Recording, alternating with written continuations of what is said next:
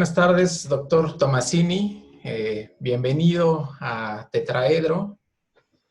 Gracias por aceptar la invitación y por aceptar abrir esta serie de charlas que conforman la serie de programas de Tetraedro, un análisis crítico y multidimensional sobre la pandemia. Buenas tardes. ¿Qué tal? Buenas tardes. ¿Cómo estamos? Muy bien, gracias. Gracias Pues, por la invitación. no, al contrario, doctor. Si me permite, voy a poner un poquito en contexto a nuestro auditorio, a las personas que nos escuchan, acerca de cómo surge Tetraedro y cuál es el propósito general de la serie.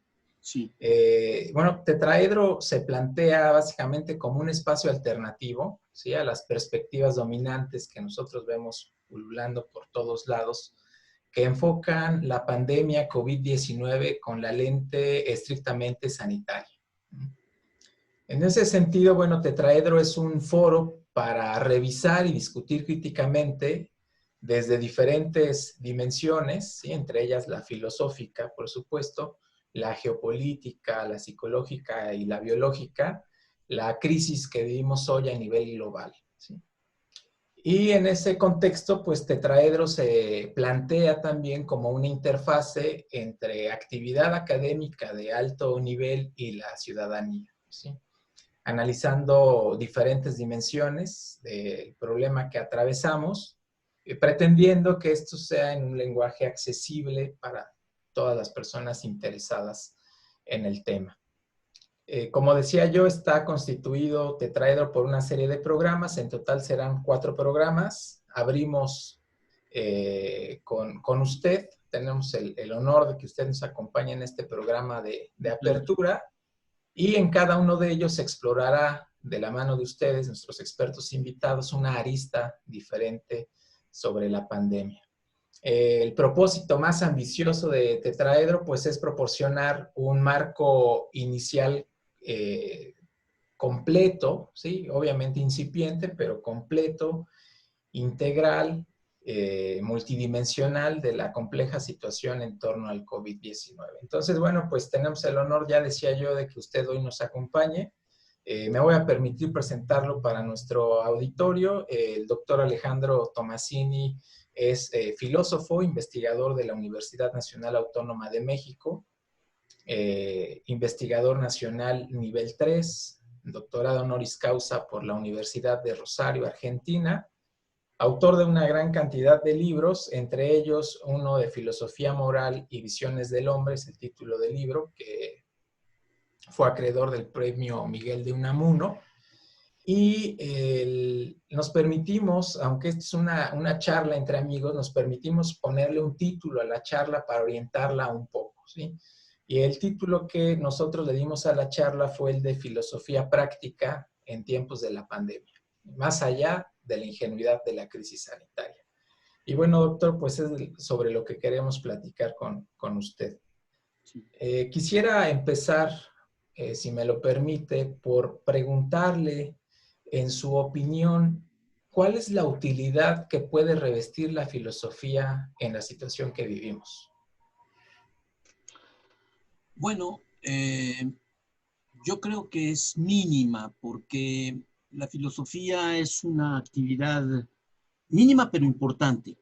Es una actividad estrictamente racional de asociación de ideas, de establecimiento de ideas por medio de argumentos para convencer, para persuadir a la gente de ver las cosas de determinada manera, pero no es la filosofía misma fuente de información, de datos acerca de lo que está pasando en el mundo. Entonces, aquí la labor del filósofo, me parece a mí, no puede ser otra más que la de tratar de sintetizar resultados, construir una visión general del asunto, esclarecer, tratar de esclarecer, porque a veces confundimos más de lo que esclarecemos, pero tratar de hacerlo, pintar un cuadro que le resulte inteligible a las personas y argumentar en favor y en contra de él. Es muy difícil llegar a un acuerdo generalizado, sobre todo en relación con un tema tan complejo como este, pero me parece que hay algunas pautas, algunas líneas generales que pueden ir quedando establecidas, de modo que podamos ir excluyendo de manera sistemática interpretaciones tontas, interpretaciones ingenuas, y ahí quizá es como la labor del filósofo podría ser útil de manera general, global. Es como podríamos serle útiles a nuestros congéneres, es decir, sacándolos de ciertos errores o de ciertas creencias que son obviamente falsas. Esa sería una posible línea una posible forma de hacer útil a la filosofía en este contexto. Habría otras, pero por ahí podemos empezar. Gracias, doctor. Mencionó dos aspectos importantes. Sobre uno de ellos, de hecho, charlábamos previo a iniciar la transmisión, que tiene que ver con los datos, ¿sí? Usted dice, la filosofía evidentemente no nos proporciona datos, ¿sí? Los datos allí están, son más o menos objetivos y son susceptibles de escrutinio por la gente. Sí. Pero también menciona la parte vinculada con la comprensión, con la articulación de esos datos para proporcionar marcos inteligibles y alejarnos de perspectivas ingenuas acerca de lo que estamos cruzando. ¿Me podría dar algún ejemplo de estas perspectivas ingenuas? Sí, primero déjame tocar un punto que está aquí implícito en lo que dijiste. Es decir, estos datos objetivos que están abiertos al escrutinio y que fueron establecidos, los proporcionan los científicos básicamente. Y eventualmente, digamos, vienen del ámbito de la vida política y quedan recogidos en los periódicos, en los noticieros. Pero todo lo que sabemos sobre esta epidemia mundial, esta pandemia, lo establecieron los biólogos, digamos, lo que sabemos sobre el virus concretamente. Esto es conocimiento biológico. Allí intervienen gente que estudió genética, virología, todas las ramas de esa ciencia en particular. Pero además, este mal tiene obvios efectos económicos y ahí son los economistas los encargados de ver qué repercusiones tiene en el valor de las monedas, los mercados, los precios, etcétera. Entonces ya es biología, economía, los problemas sociales, eso pues nos lo dirán los sociólogos, cómo nos afecta como individuos, pues serán los psicólogos, etcétera. En fin, todo este mundo de datos lo dan los científicos particulares de cada área. Pero no hay un científico que venga y los recoja todos y nos pueda dar una visión global. Yo creo que eso sería parte de, digamos, la labor filosófica en el mejor de los sentidos, de alguien que pudiera recoger los datos de las distintas áreas y ofrecer un diagnóstico general.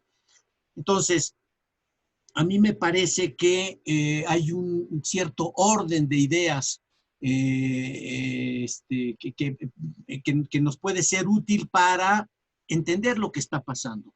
Porque padecer algo no es comprenderlo, es simplemente vivirlo.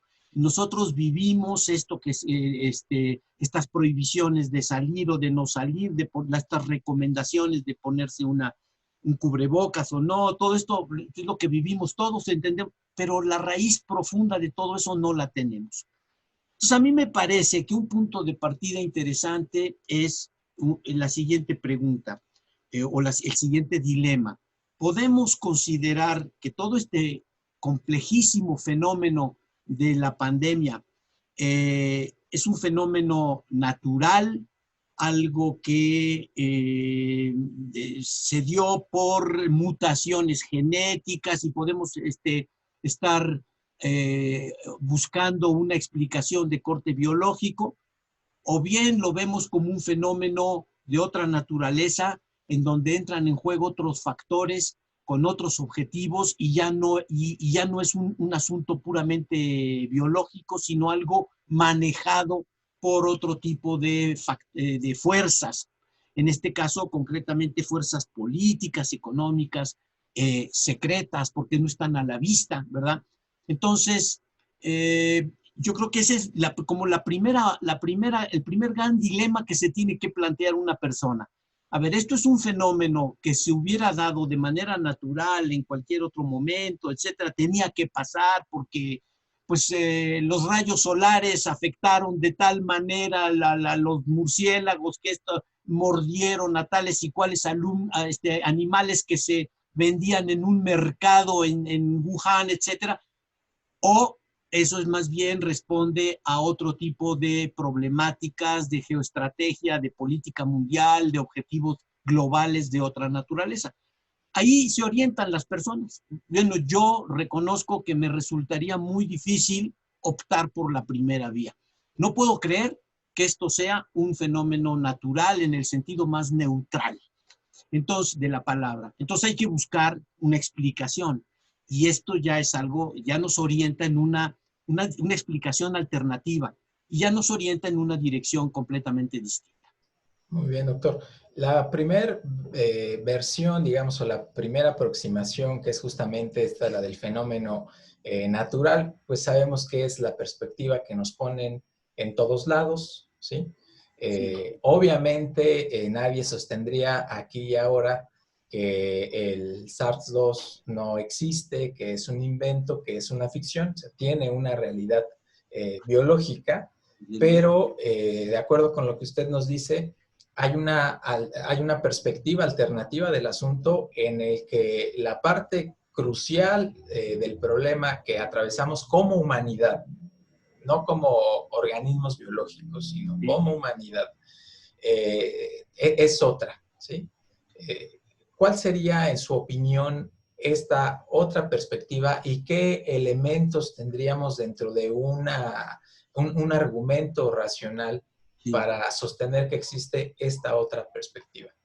Sí, bueno, hay ciertos principios de razonamiento filosóficos que están siempre ahí, aunque uno no los mencione. Hay un principio que se llama de razón suficiente, que es el principio de acuerdo con el cual no hay nada incausado en el mundo. Es decir, no hay nada que no tenga causas, que no haya sido provocado de una u otra manera. Entonces, en este caso, yo creo que no hay una respuesta dada, hay que construirla. Y la tenemos que ir construyendo a base de preguntas, de interrogantes, de respuestas e ir avanzando un poco a tientas en todo esto. A mí me parece que la línea que nos debería conducir en esta investigación es la que responde a la pregunta de quién sale beneficiado, quién, no en un sentido personal, porque no vamos a dar nombre y apellido, porque no es eso, no estamos en ese nivel de trabajo, pero ¿a qué grupo social, a qué entidades beneficia todo esto? ¿Y cómo es? Bueno, esa es una respuesta que no se puede dar ubicándonos en un momento en el tiempo, sino que tenemos que ver todo un proceso que además todavía no termina. Pero todo nos lleva en la dirección de una transformación brutal, radical del modo de vida en el que nosotros estábamos inmersos, pero no para su destrucción o para su alteración drástica, sino para su perfeccionamiento en la dirección del sistema de vida mismo. Es decir, a mí me parece un poco ingenuo pensar que todo esto que está pasando tiene como objetivo el cambio de la sociedad capitalista global en la que nosotros estamos inmersos para un cambio para sustituirla por algo mucho más justo en la que los seres humanos vivan mejor. A mí eso me parece, digamos, me parecería casi infantil. Desde luego que sí hay digamos, se persiguen objetivos de cambio en el modus vivendi de las personas, pero no para beneficio de las personas, porque no es eso lo que está en juego. No fue la gente la que se levantó de pronto y empezó a hacer los cambios. No. Si esto, como dijimos, no es una mera casualidad, un cambio natural, sino que responde a una política dirigida desde las más altas esferas en la tierra, que sabemos que hay organizaciones, grupos, clubes, ligas y demás que manejan a los gobiernos, inclusive a los poderosos, que son los que están detrás de múltiples decisiones, son los que manejan los mercados, desde el petróleo hasta el sorgo y el maíz y lo que quieras, porque todo eso se maneja en la bolsa. Cuando nos damos cuenta de la complejidad de la vida económica y de cómo se manipula, la gente habla de la libertad, de la libertad del mercado, del libre mercado, cuando los precios pues no se fijan solitos, alguien los fija en algún lugar, alguien tiene que decir cuánto va a costar la plata mañana y el oro y eso, aunque sean 10 personas, pero alguien lo tiene que hacer.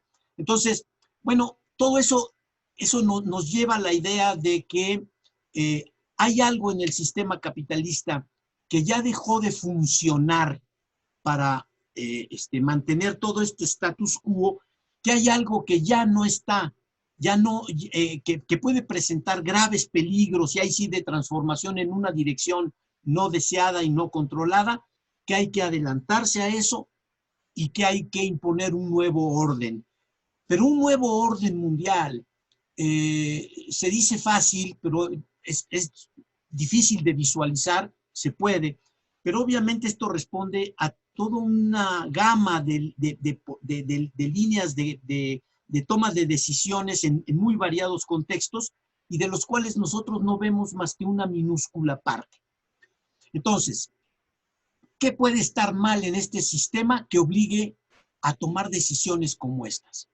Bueno,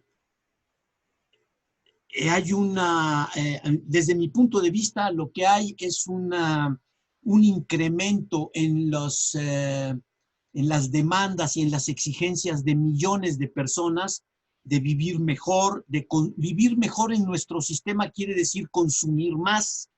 La gente quiere más leche, más carne, más huevos, más viajes, más turismo, más esto, más lo otro. Se esfuerzan por hacer esto. Sí, pero la tierra está limitada. No estamos, y todavía no explotamos, no se explota Marte, ni se explota ni siquiera la Luna.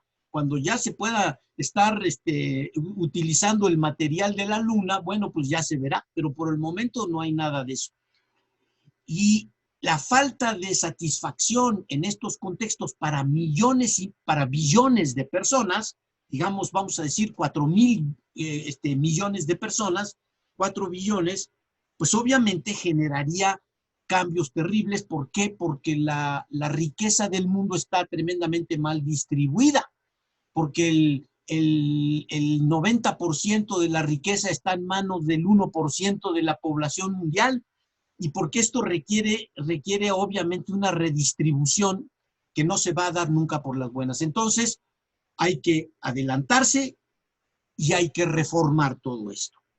Entonces, a mí me parece que esto que está pasando es un elemento de una política muy compleja que tiene como objetivo mantener los privilegios de la gente que posee ya todo y a través de sus instituciones. ¿Y cómo se va a hacer esto? Bueno, sometiendo a las poblaciones del mundo y manejando a sus gobiernos. Y esto se puede ver relativamente fácil. ¿Por qué? Porque con una pandemia económica como la que estamos viviendo también, que no nada más es biológica, cuando se para el aparato productivo del mundo, pues obviamente se generan problemas inmensos y hambre, carencias, etcétera. Seguramente todo esto está por venir. Dependencia de los gobiernos para mantener a sus poblaciones, lo cual va a requerir ayuda externa. ¿Y quién la va a dar esa ayuda?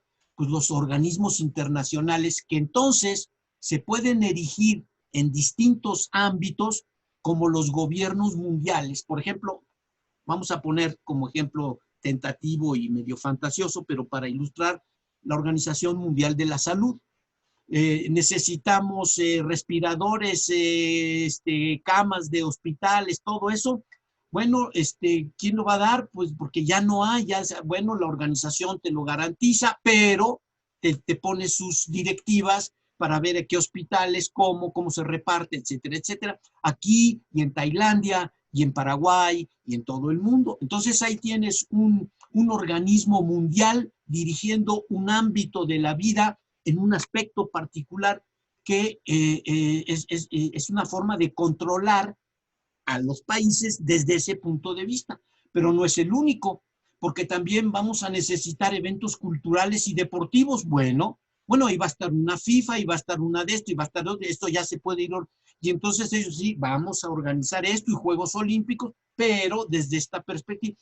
Y entonces viene un control de los países a través de organismos internacionales, impersonales, manejados por quién, bueno, siempre por alguien, o por alguien quiere decir mucha gente, ¿verdad?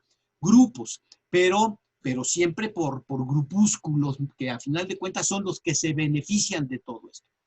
Entonces a mí me parece que hay una forma de leer todo lo que está pasando que es un tanto tétrica, que no tiene nada de optimista, pero me parece que es, digamos, no podemos dar los detalles, porque obviamente no estamos ni en el ojo del huracán ni nada, pero que obviamente pinta un cuadro distinto de la mera casualidad y que los gobiernos hacen lo que pueden para ayudarse unos a otros. Me parece que es muchísimo más tenebroso de lo que uno podría pensar a primera vista. Sí, uno puede escuchar algunas lecturas, digamos, que se plantean como lecturas alternativas, ¿sí?, a la perspectiva estrictamente sanitaria, en la que se señala justamente que lo que está sucediendo es la debacle del capitalismo, que es un asunto que se salió de las manos de los controladores, digámoslo así, del mundo, y que de hecho lo que estamos viendo y lo que probablemente veremos sea un repliegue nacionalista, etcétera, digamos, en un sentido opuesto justamente a lo que usted nos está planteando, que es más bien un estratagema de estos grupos para mantenerse. Y en ese sentido, pues todavía no es como tal el debacle de este sistema. Y por otro lado, tampoco se trata de un escenario en el que el repliegue, por ejemplo, al nacionalismo, a los gobiernos locales, etcétera, sea en principio una salida viable. Esta es una lectura, digamos, lo que usted nos plantea va en un sentido opuesto a esto. Estoy haciendo una lectura correcta. Yo iría en este sentido opuesto. Digamos que, para decirlo en terminología clásica, a mí me parece que hay una serie de tensiones entre las fuerzas productivas y las relaciones sociales de producción, de modo que se generan contradicciones que en un momento dado hacen que todo explote. Y a mí me parece que es un poco lo que sucede, pero me parece que la transformación que se está operando no es, por así llamarlo, una transformación revolucionaria. Es una transformación reaccionaria. Es una transformación para beneficio de los que podríamos denominar así los amos del mundo. Estos amos del mundo son gente que posee todo, las compañías de aviación, de transatlánticos, de aviones, de hoteles, de comida, todo. Todos son los dueños de todo, ¿sí? Nosotros somos consumidores y vendemos nuestra fuerza de trabajo en un mercado, etcétera, etcétera. Pero hay gente que ellos poseen todo literalmente, salvo las tienditas de la esquina, ¿verdad? Pero todo lo que son patentes, todo lo que son las farmacéuticas, todas estas mega empresas mundiales que están en cualquier país del mundo, ellos son los que poseen, ellos no pueden, no van a permitir, teniendo todo el poder y el dinero que tienen y el control sobre los gobiernos, que haya una transformación que afecte sus intereses. Eso me parece que no es pensable. Más bien van a reforzar eso. Pero obviamente estas transformaciones no se pueden hacer ni por las buenas ni por convencimiento. Vamos a tomar un ejemplo. Yo creo que el problema de la sobrepoblación mundial es un problema que esta gente percibió desde los años 80, 70 del siglo pasado. Y vieron que había un peligro muy grande con el crecimiento. ¿Por qué? Porque significa más bocas que alimentar, más espacio que ocupar, más animales que matar, etcétera, etcétera. Más producción, por lo tanto, más destrucción de bosques y demás. Y que tomaron medidas, solo que no fueron suficientes. Por ejemplo, la promoción de la homosexualidad, que es algo que se empezó a desarrollar desde los años 70, era parte de una política que tenía como objetivo evitar el crecimiento poblacional. Y para eso se hizo toda la política cultural de transformación a través de Hollywood y todo lo que tuviera que venir para promover un modo de vida tal que la gente empezara a adoptar niños, que hay muchísimos niños, a empezar a adoptar niños y no se reprodujeran. Eso, por ejemplo, forma parte de una política. Pero cuando esta política vemos que de todos modos no funciona y que crece en 1.000 millones de habitantes la población del mundo en 40 años, bueno, pues entonces hay que tomar otras medidas. Y aquí, por ejemplo, estamos viendo que estas medidas ya son muchísimo más drásticas, porque ahí sí ya es exterminio, ¿sí? Y ya no importa, porque la gente que maneja el mundo, que maneja todos los días a través de la banca mundial, de la bolsa de valores en Londres, en Nueva York, en París, que son los que dictan la vida del mundo, ellos saben lo que están haciendo y no están titubeando. Y no son consideraciones de orden moral, religioso, lo que los va a detener o no. Son cuestiones prácticas. En este caso, porque es una cuestión de lucha de intereses. Si esto sigue así, nada más pensemos, con tantos muertos de hambre, migraciones, bueno, pues vamos a tomar estas posesiones, vamos a expropiarle a la gente. No, eso no se puede permitir, eso ya es muy grave. Entonces, bueno, esta gente toma medidas con 30 años de anticipación, 20 años, y lo podemos, me parece a mí, esto vincular con otros fenómenos que ya se han dado. Se dieron pandemias, la de ¿cómo se llama? La influenza, la que se dio también en la Ciudad de México a principios del siglo, y en todos lados, ¿no? Que son como pruebas que se hicieron, ¿no? Tomando como conejillos de indias a la gente en todo el mundo. Eso no importa. Aquí no hay consideraciones morales. Hasta que ya se tiene un virus, seguramente, si quieren, se puede controlar, porque para soltarlo tiene que estar preparado ya todo el armatoste. Van a ser dependientes a los gobiernos, a las gentes de vacunas, tratamientos, etcétera, ¿sí? Y va a haber un control mucho mayor, impersonal, si se quiere, a través de organizaciones. ¿Por qué? Porque los gobiernos por sí solos no van a poder resolver los problemas que se nos vienen encima, ¿sí? Y no solo a nosotros, en todos los países, ¿sí? Entonces, a mí me parece que un poco ese es el cuadro que uno tendría que tener para dotar de sentido a lo que está pasando y no nada más contentarnos con datos de cuántos muertos hay, cuántos infectados hay y qué pronósticos hay, porque es muy chiquito esa cantidad de información, es mínima y eso no permite entender realmente lo que está pasando. Para entender lo que está pasando hay que establecer vínculos, conexiones entre cuestiones de una naturaleza como son las médicas en este caso, con cuestiones de economía, con cuestiones de política, con todo lo que está hablando, porque ese es el panorama global, me parece a mí. Sí, claro, en ese sentido sería justamente ingenuo pensar que la crisis termina en junio, cuando se dé esto del regreso a las actividades de manera escalonada y que entonces empezamos a ir poco a poco retomando las condiciones de vida normales, ¿no? O sea, Yo no hay creo, retorno.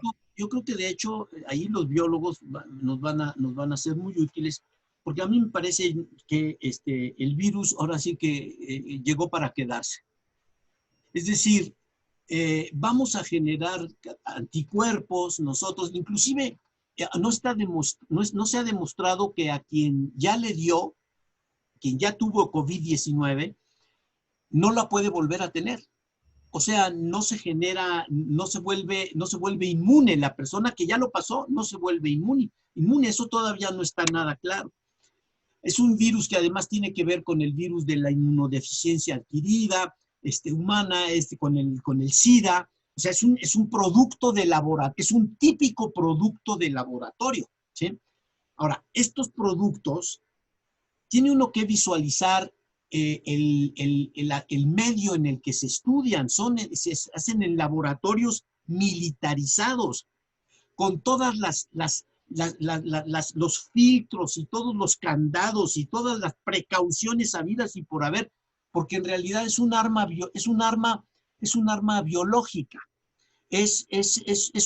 arma esto, ¿sí? No es otra cosa. Entonces, esto está siendo usado de esta manera, ¿sí? Entonces, el virus va a estar ya en la humanidad y faltan millones de personas por contagiarse. Millones, ¿sí? Miles, muchas personas faltan todavía por contagiarse. Entonces, va a ser muy difícil que eludamos todos esto de una u otra manera. En algún momento nos va a dar, ¿sí? Entonces, ya dependerá del aparataje interno, del sistema inmunológico de cada persona, si resiste o no, ¿sí? Pero todo eso está calculado. Y si está calculado, es porque también tienen ya a la mano los elementos necesarios para contrarrestarlo. Ahora, por razones de interés político, no lo han soltado y nos tienen con el cuento de que ya está casi la vacuna. Yo creo que quien suelta este elemento ya tiene la vacuna de entrada, solamente que pues no la va a vender en el momento apropiado, como quiera. Vean nada más como China, por ejemplo, se ha hecho, pero multimillonaria, vendiendo a todo el mundo ventiladores y todo. Eso es utilizar esto, ¿no? Y a mí me parece que nos van a tener en esta situación ya de manera indefinida cuando quieran, cuando este virus se haya agotado de alguna manera, porque ya la gente haya desarrollado anticuerpos, defensas, pues entonces vendrá otro y vendrá otro, ¿no? Estamos en manos de ellos, porque ellos son quienes manejan esto, ¿sí? Las altas esferas del poder mundial, por encima de los gobiernos establecidos, por encima de Trump y de Boris Johnson y de cualquiera de esos son los lacayos de esta gente que realmente es la que maneja al planeta. Doctor, mucha gente intentaría probablemente como un mecanismo de defensa, incluso para no enfrentarse al duro panorama que usted plantea, mucha gente pensaría en que todo esto entra dentro de un concepto muy empleado, que es el de las teorías conspiratorias, ¿no? Sí. Hace poco leía un artículo que usted publicó en el que hace un desarrollo filosófico acerca justamente de lo que implica apelar al calificativo conspiratorio, Sí. y por qué no necesariamente tener una teoría conspiratoria implica tener un marco falaz. Sí, ¿Nos claro. podría hablar un poco de esto? Sí, cómo no. Digamos, voy a establecer una comparación, un parangón con algo estrictamente filosófico. En filosofía hay una forma de argumentar, una forma de argumentos que se llaman argumentos trascendentales. Normalmente, cuando uno argumenta de manera deductiva, pasa de premisas que establece uno, que acepta uno, por medio de reglas de inferencia. que acepta uno a ciertas conclusiones. Yo tengo estas premisas, argumento y saco una conclusión, y si el argumento es válido, bueno, pues la conclusión se deduce de las premisas. Pero hay ocasiones en las que yo tengo la conclusión, pero me faltan las premisas. Entonces,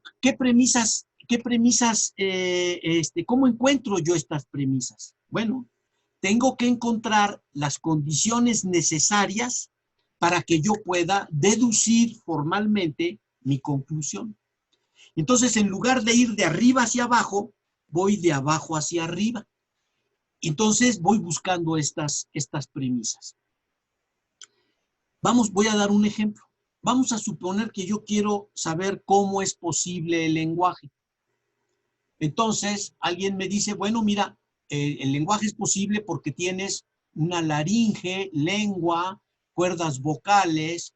Entonces, yo veo eso y veo que ese argumento no funciona porque yo puedo imaginar lenguajes de señas o cosas por el estilo y entonces no me permite deducir la existencia del lenguaje a partir de esto. Estos son acompañantes contingentes de una forma de lenguaje. Yo lo que necesito son las condiciones necesarias. Y entonces sí, cuando yo busco las condiciones necesarias, yo busco la sintaxis lógica o yo busco las prácticas humanas, lo que sea, y entonces ya puedo explicar el lenguaje humano. Igual aquí, en las ciencias, en biología, en física, se tienen una serie de premisas, se hacen deducciones, se hacen predicciones, ¿no? Más o menos plausibles, etcétera. Pero en historia y en política eso no es tan fácil, porque nosotros ahí partimos de las conclusiones, lo que de hecho está pasando, y queremos ver cuáles son sus causas. Necesitamos remontarnos un poco a ciegas, necesitamos encontrar estos elementos que nos permitan explicar eso. Cuando se hace eso, entonces se habla de teorías conspirativas. Y eso es una forma de impedir que sigas buscando. Porque obviamente, si nosotros tuviéramos todos los datos que necesitamos para explicarnos lo que está pasando, no necesitaríamos hacer especulaciones, pues simplemente tomamos los datos y por lo tanto demostramos que lo que está se deduce de lo que ya tenemos ahí. Pero no lo tenemos, entonces tenemos que especular un poco. Ahora, estas especulaciones no pueden ser arbitrarias, tienen que ser razonables, tienen que ser sensatas, tienen que venir apoyadas por muchos datos, muchos hechos del pasado, de esto, lo otro. Y entonces podemos configurar algo que nos permite entender lo que nos está pasando ahora. Obviamente, como no tenemos la certeza en los hechos, porque estamos especulando, no tenemos una teoría después deductiva que nos permita decir, y por lo tanto, esto es lo que está pasando. No lo podemos hacer. Pero sí podemos decir, pero fíjate que es muy convincente esto que está, es muy convincente. Yo prefiero esta opción que esta otra, ¿no? De que fueron los murciélagos los que lanzaron al mundo toda esta maldición. No, me parece que hay formas, hay criterios para distinguir entre especulaciones y así se les llame conspirativas, con eso no importa. Tenemos que aprender a desprendernos de estas etiquetas con las que se estigmatiza, en este caso teorías, porque se puede estigmatizar personas también, y entonces ya todo lo que diga la persona ya está estigmatizado, ya no vale. Ah, esto es una teoría conspirativa, entonces ya no vale. No, fíjate que hay teorías conspirativas muy interesantes, muy sólidamente establecidas en relación con cosas, ¿no? Con hechos que todos conocemos y que nadie explica. Ahora, si tú tienes una teoría explicativa distinta, más fuerte, más poderosa, dánosla entonces, pero no me digas que no especule yo cuando tú lo que me estás dando es una teoría entre comillas, científica o meramente empírica, factual de algo que no es suficiente para explicarlo, ¿no? Sí, no sé si me di a entender. Sí. De hecho, creo que esto toca un punto bastante interesante y que además tiene que ver con el espíritu de esta serie de programas, porque justamente otro vehículo, otro recurso frecuente para tratar de restarle valor a estas perspectivas, digamos, algo más amplias que tratan de articular diferentes dimensiones, etcétera, es justamente su carencia de hechos, de datos duros, de Claro. datos factuales, ¿no? Y en mi opinión, me gustaría que profundizara usted en esto. En mi opinión, eso, digamos, este pseudoargumento en realidad nace de una confusión respecto de diferentes niveles de análisis. Sí, Si nos las estamos viendo con un nivel estrictamente biológico, sí, y ese es nuestro nivel de análisis, supongamos que nosotros fuésemos microbiólogos y sí, entonces discutimos cuál es la dinámica, cómo es que se comporta este virus, en qué condiciones se reproduce, podemos hacer incluso estimaciones, etcétera. Bueno, allí es siempre apelar a los hechos biológicos, sí, ¿sí? Pues es el nivel en el que se tiene que mantener la discusión. sí, Pero si nosotros aceptamos que todo este complejo vinculado con la pandemia es multinivel, tiene diferentes multifactorial. dimensiones, multifactorial, tiene diferentes dimensiones, etcétera, que en ningún sentido se agotan con lo biológico, con una aproximación biológica, factual.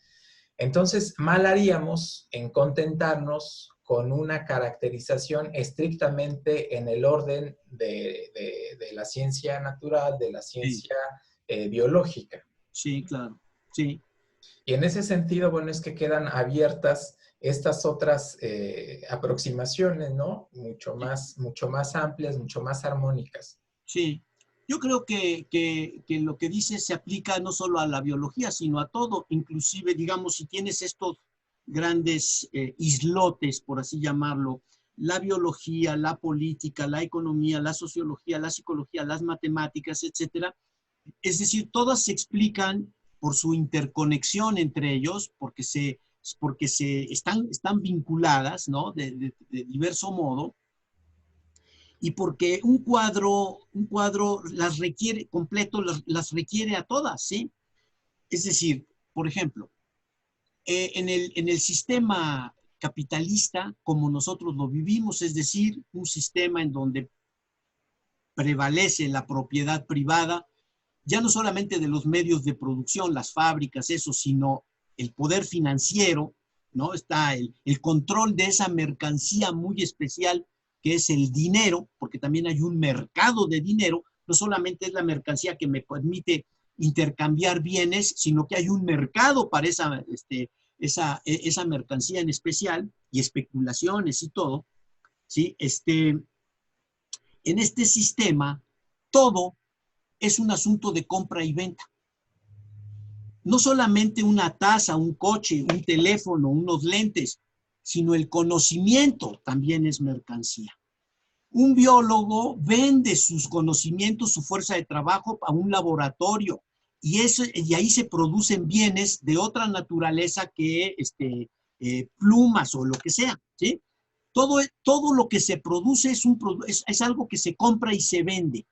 Entonces, estamos metidos en ese sistema. Entonces, el conocimiento también es un asunto de compra y venta, ¿sí? La gente trabaja para empresas, vende para ya sea de computación, o sea de energía atómica, o de lo que sea. Son productos, ¿sí? Estamos viviendo en ese sistema. Entonces, eh, cuando se trabaja en laboratorios, se producen también mercancías especiales para ser usadas, compradas. Las compran, en este caso, los complejos militares, industriales, etcétera, que son los que invierten. En todo eso se invierte, es un negocio, son negocios, ¿sí? Entonces, es en ese terreno en el que aparecen estos nuevos elementos que también se manipulan, se usan, se aplican, etcétera, ¿no? Y requiere de todos los demás factores para poderlos presentar de manera integral, porque por sí solo no, es decir, el puro conocimiento de lo que pasa con un bicho, pues no es suficiente para explicar absolutamente nada. Eso es simplemente una mercancía en una cadena productiva muchísimo más amplia y que obviamente no se maneja solita, sino que hay propietarios de estos, ¿no? Aunque sea a través de acciones y a lo que sea, de todas estas farmacéuticas, de todos estos chips que, ¿no? Ahora el sueño de Bill Gates es ponerle un chip a alguien en donde viene absolutamente toda su biografía, sus datos, el tipo de sangre, todo, cuando, y así es una manera de controlar o sea, no hay forma de desligar lo comercial de lo militar, de lo político, de lo económico, de lo psicológico. No tiene sentido hacer eso, porque está integrado, ¿sí? Está integrado. Entonces, esta pandemia tampoco es un fenómeno aislado. Está siendo utilizada y hay gente, y hay, entre comillas, gente, porque digo, son grupos que ya están beneficiándose de eso. Digamos, el Banco Interamericano, el Banco Mundial, el Fondo Monetario Internacional, ya están prestando miles de millones de dólares que son endeudamiento de países, significan endeudamiento de países, ¿sí? Eso ya está en marcha. Sí, de hecho, en México hubo hasta un pequeño conflicto en ese sentido, porque el presidente se opuso a un pacto entre particulares mexicanos y instituciones internacionales para poder echar a andar la economía nacional. Eso me parece que son justamente los mecanismos para manipular la pandemia para otros efectos de otra naturaleza. Y eso se da en todos lados, en todos lados. Es, por ejemplo, increíble el grado de manipulación de la información que se da en Inglaterra, en Francia. La gente no sabe. O sea, según los datos oficiales, los números de muertos en Inglaterra es 10 veces mayor de lo que están diciendo, pero manipulan las cosas de modo tal que mantienen, ¿no?, un cierto nivel. O sea, aquí en México acusan al gobierno de no estar dando, no, permanentemente de no estar dando las cifras oficiales. Yo no sé si es políticamente útil darlas. Imagínate que nos dieran, en México se descubriera que llevamos 1 millón de muertos. Bueno, sería aterrador. Entonces hay que manejar estas cosas con cuidado, ¿no? De alguna manera, no sé, no estoy promoviendo que se le mienta a las personas, pero obviamente esto es una situación tan especial, o sea, realmente no se había vivido nunca una situación como esta, porque hay una gran diferencia entre lo que estamos viviendo ahora y lo que se vivió finales de la Edad Media, la peste bubónica en Europa, o la viruela que acabó con la mitad de la población azteca o más, ¿no? Cuando la trajeron los españoles, porque no había aquí antibióticos ni nada, medicamentos para controlarla. Entonces, pero una cosa es una peste que trae una rata y otra cosa es algo que sale de años de trabajo en laboratorios súper especializados. Ese laboratorio de Wuhan tenía convenios con universidades americanas. Harvard había estado invirtiendo ahí y tenían gente cooperando con ellos. Entonces sí puede ser que el virus se haya soltado en China, pero en realidad no era chino, ¿sí? Como tantas fábricas y empresas que hay que son de capital extranjero y que están en China, ¿sí? Pero, sí, están en China, made in China, pero el capital era inglés o francés o americano o israelí o lo que sea, ¿sí? Depende. Entonces, eso enturbia todo y lo hace muy, muy complicado. Sí. Como una conclusión precipitada del asunto, yo creo que podemos decir que lo único que no se vale en este momento es tener una visión simplista del asunto. Esa no la podemos tener ya, porque ya hay demasiados elementos que la van a echar por tierra, sencillamente, ¿no?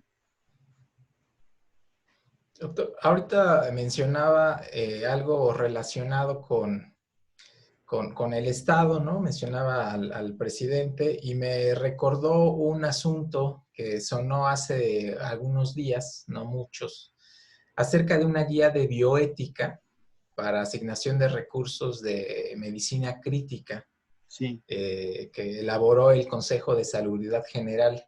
sí. En una entrevista de radio yo escuchaba al secretario del Consejo hablar acerca de esta guía, y fundamentalmente el acento que él ponía en ella era básicamente que se trataba de un asunto ético y en consecuencia incluso susceptible de ser abordado filosóficamente. Incluso comentó que había integrantes del Instituto de Filosofía de la Sí, UNAM sí. en este consejo, que habían participado de la elaboración de la guía. ¿Cuál es su opinión al respecto? ¿Este es un problema susceptible de tratamiento filosófico? A ver, en efecto, dos colegas del instituto, Juan Antonio Cruz Parcero y ¿cómo se llama este otro colega? Ahorita me voy a acordar de su nombre, participaron en esto, fueron invitados y eran, digamos, los representantes de la UNAM en esta comisión. Yo leí el reporte que me pareció, pues, un tanto hasta banal, yo diría, y me parece que le estaban imprimiendo una orientación equivocada. Yo creo que la gente está muy confundida, permanentemente confundida por el uso libertino de ciertas palabras que la gente aplica como quiera, en particular ética, moral, etc. Cuando hablamos de ética y hablamos de moral, de principios morales o de reglas morales, hablamos de acciones individuales y de problemas que tienen que ver con la persona y sus decisiones, pero de él en lo particular. Por ejemplo, si yo voy caminando y veo que hay un perrito a la mitad del camino y lo van a atropellar, ¿me lanzo para salvarlo o no me lanzo para salvarlo? Ese es un problema moral que yo me planteo a mí mismo. Y digo, lo voy a hacer, y entonces alguien me pregunta, ¿y por qué lo hiciste? ¿Cuál es tu razón? Bueno, yo creo que hay que ayudar a vivir a los animales. Ahí tengo un principio ético. Entonces, yo con la ética justifico mis decisiones morales, que son de acción. Pero eso es el ámbito de lo personal y lo individual. Aquí no estamos hablando de eso. Estamos hablando de decisiones que afectan a colectividades y de decisiones que son sociales, de carácter esencialmente social. Si el director de un hospital toma una decisión o toma otra decisión, lo hace en términos institucionales. Si es muy corrupto, entonces toma decisiones que simplemente en función de sus intereses personales, pero se supone que no es eso de lo que estamos hablando. Ahí sería inmoral por completo. Lo que nos interesa es el bienestar general y ahí hay mecanismos bastante evidentes, obvios, de por dónde, de qué clase de decisiones se tienen que tomar. Hay elementos de orden cuantitativo y se pueden ir estableciendo, jerarquizando. Hay que discutirlas, pero es muy claro en qué dirección se va. ¿Qué preferimos? ¿Salvar una lancha con 3 personas o un transatlántico con 400? Pues la respuesta es obvia, es obvia. Vamos a salvar a 400 personas del transatlántico y qué pena que se mueran 3 personas en la lancha. Pero es que ese es el problema que me estabas planteando. No me estabas diciendo si yo quería que murieran 3. No, yo no quiero que muera nadie. Me estás poniendo ante un problema y tengo que elegir. Entonces, ¿cómo voy a elegir? Tengo que elegir racionalmente. Sin duda, un criterio es el de la cantidad. ¿Cómo voy a qué decisión voy a tomar? Bueno, las que beneficien a las mayorías. Eso es como obvio. Oye, pero es que eso es utilitarismo. Sí, ya estás usando una etiqueta y ya quieres descartar un argumento por medio de una etiqueta. El utilitarismo es esta escuela que dice que la decisión correcta es la que afecta, es la que es más favorable a la mayor cantidad posible de seres humanos, de gente, o según lo que estemos considerando, de seres vivos, lo que sea. Entonces, no viene a cuento para estas discusiones consideraciones de orden ético, porque no nos interesan la posición moral de nadie, nos interesan las decisiones institucionales de las personas. No me interesa el señor Juan Pérez Jolote en sí, me interesa el doctor Juan Pérez Jolote, que está que es el director de la sección de patología de tal o cual hospital, ¿sí? Son cosas distintas.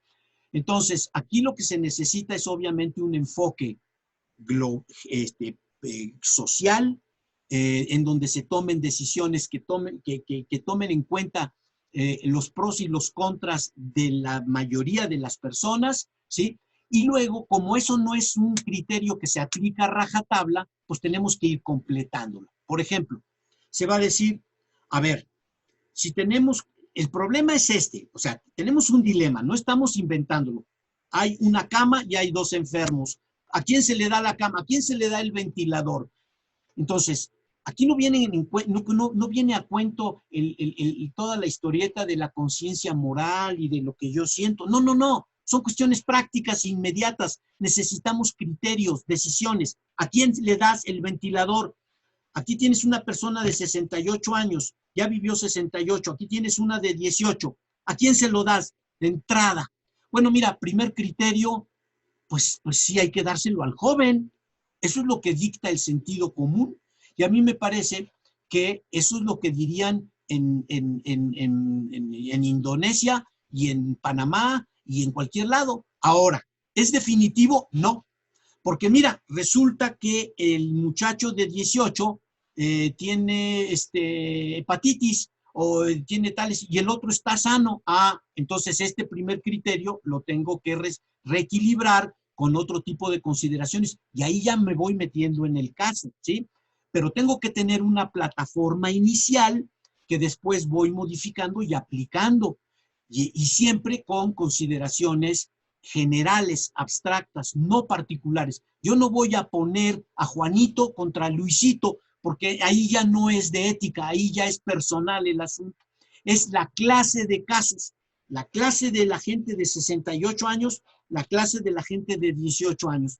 Después resulta que hay excepciones. Bueno, la clase de personas que tienen tales y cuales contra los que no lo tienen, ahí establecemos esto. Y ahí son los médicos los que tienen que decidir, pero los tienen que apoyar los juristas, que son los que establecen las leyes o los comités de ética que establecen los reglamentos para tal o cual hospital. En este hospital se procede de esta manera y está justificado de esta manera, ¿sí? Es así como se tiene que proceder. Pero todo eso es, digamos, es política con consideraciones de orden, es ética social, si le quieres llamar así, porque tiene que ver con acciones, pero no es la ética en el sentido tradicional, porque no nos interesan los problemas particulares, sino las decisiones colectivas, ¿sí?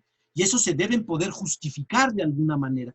¿Por qué le damos el respirador en primera instancia, que no sería la última, a un muchacho de 18 que a un hombre de 68? Bueno, mira, vivió 40 años más uno. El otro apenas está empezando. Digo, no sé, llega un momento en que ya no hay razones que dar. Es como obvio. No, pero no es mecánico porque pueden pasar. Resulta que este hombre de 68 es crucial en el gobierno, por así decirlo, o para México, o para lo que sea.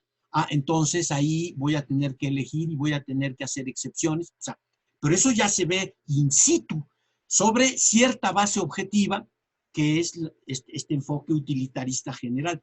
No vienen a cuento, aquí no hablamos de problemas morales, porque no es el ámbito, digamos, para eso. No son decisiones personales para la vida personal, donde uno está buscando la mejor decisión, me caso, no me caso, hago, no hago. No, eso no es lo que está en juego. Está en juego otras cosas. Entonces necesitamos una ética social en este sentido y esa, pues, hasta donde yo logro ver, realmente la plataforma fundamental la proporcionaría eso que llamamos utilitarismo, que es una escuela particular de pensamiento. En ese contexto, ese mismo utilitarismo llevado al plano de lo individual puede ya no funcionar y a lo mejor ahí ya no sirve ni nos interesa. Yo no voy a tomar decisiones en función de si les conviene o no les conviene, personales a otras personas. Tomo mis decisiones en función de cómo quiero vivir. Pero en este caso no es eso lo que está en juego. Está en juego la vida de los otros. ¿Y qué decisiones? ¿Cuáles son las decisiones correctas? Pues las que benefician a la mayoría Y cuando eso no es posible, porque hay excepciones, bueno, que de todos modos sea la mayoría dentro de la minoría, o de la, etcétera, etcétera, ¿sí? Ese es, me parece a mí el enfoque adecuado. Meter cuestiones de ética es confundir a los médicos, no, porque ellos no están preparados para eso, ni es el lugar para hacerlo. Hay que ayudarlos a tomar decisiones, porque son decisiones. Yo vi, por ejemplo, en el periódico muchas veces, los médicos israelíes que estaban ayudando en Italia, claramente lo decían así y aparecía así. Si nos llega un paciente de 68 años o más, ya ni lo atendemos, porque hay 100 esperando y son jóvenes. No es que sean crueles y no es que sean unos despiadados, no, están poniendo de manera muy cruda una línea de conducta que es la que todo mundo adoptaría. Es decir, ahora, no quiere decir que no haya excepciones. Lo interesante en este caso del utilitarismo es que siempre hay excepciones y siempre hay manera de mediar. Ahora, decisiones, un criterio así que mecánicamente me dé la solución para todos los casos problema, eso no existe. Eso no existe, ¿sí? Siempre va a haber decisiones inadecuadas, casos que no supimos, casos que nos van a dejar nos vamos a autorreprochar después porque no lo pensamos bien, etcétera, etcétera. Pero si en la inmensa mayoría de los casos operó bien el asunto, bueno, ahí, es en esa dirección en que hay que moverse. Pienso Gracias, yo. doctor. Estamos acercándonos ya a la recta final Sí. de la transmisión. Para cerrar, me gustaría, a manera de conclusión, que nos regalara alguna reflexión acerca de cómo podría practicarse la filosofía, o cómo podríamos hablar de filosofía práctica en estos momentos y en el contexto en el que hemos estado platicando. Bueno, mira, yo creo que hay dos ámbitos de reflexión. Uno es el de nuestra relación con los demás, nuestra conducta hacia los demás. Por ejemplo, yo sé que debo ponerme un cubrebocas cuando salgo, aunque no me vea bien, aunque me vea monstruoso, aunque lo que sea, sí, pero yo tengo la obligación de respetar al otro y de no salpicarlo y de etcétera, etcétera. Entonces, si yo me conduzco de una manera que, digamos, no te diré beneficio, pero que no le causo daño a los demás, cómo debo hacer para que eso suceda, ahí tienes un tipo particular de reflexión. Hay otro que es el de la vida privada, de cómo vivo yo esto, de cómo lo integro en mi vida, de qué sentido le da a las cosas. Es decir, para mí, este fenómeno tan terrible por el que está, esta crisis por la que está pasando la humanidad, representó un cambio, algo muy importante, un cambio de sentido de vida.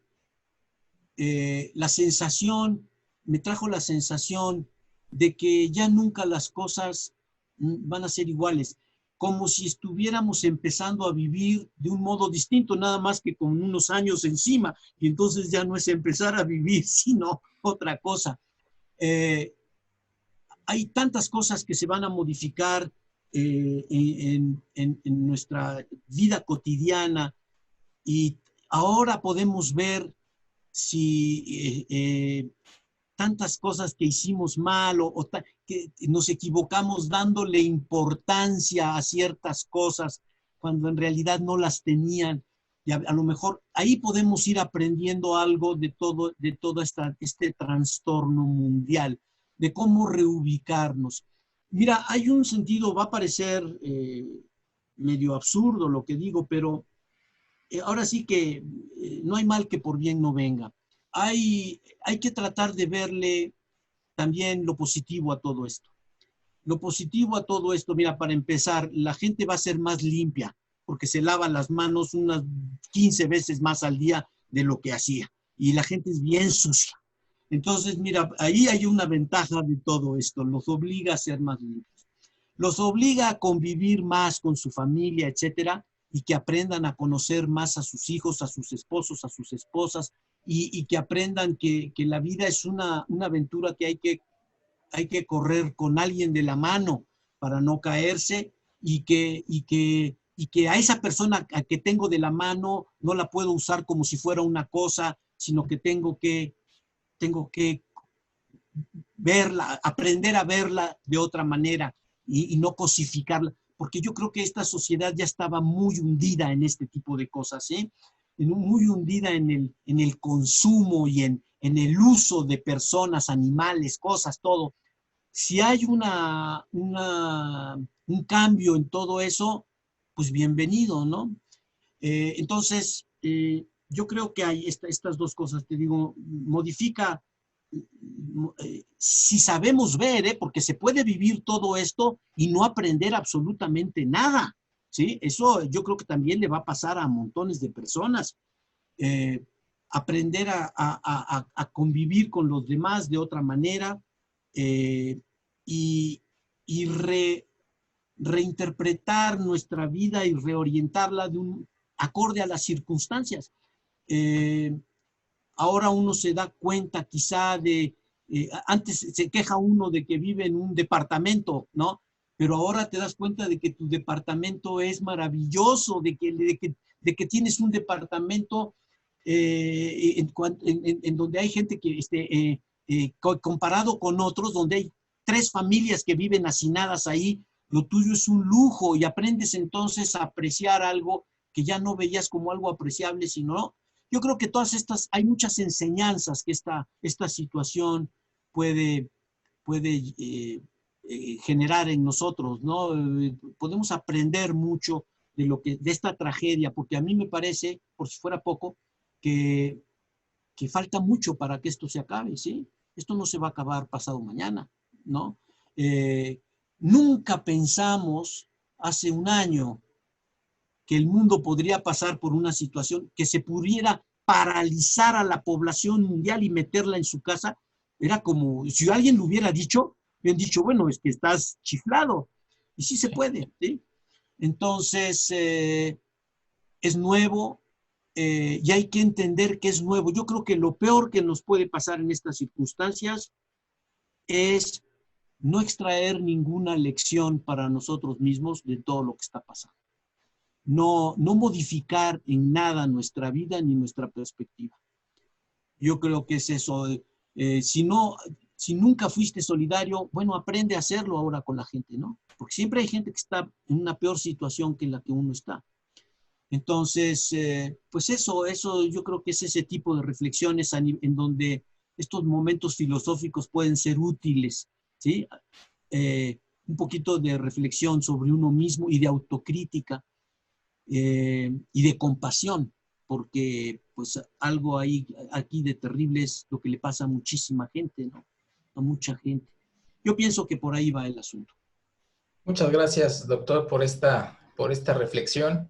Yo creo que cierra de manera inmejorable el programa. Por supuesto, agradecerle nuevamente aceptar la invitación a estar con nosotros, abrir esta serie de charlas. Aprovechamos para invitar al auditorio a que siga los próximos jueves a las 5 de la tarde la transmisión.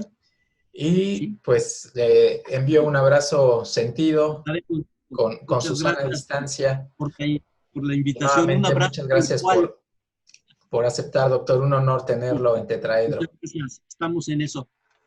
Chao. Muy bien. Agradecemos a la Dirección General de Investigaciones de la Universidad Veracruzana haber hospedado este programa y la iniciativa de esta serie de charlas también, pues para mantener a la universidad vinculada con temas que son relevantes para la sociedad. Muchas gracias de nuevo, doctor. Continuamos.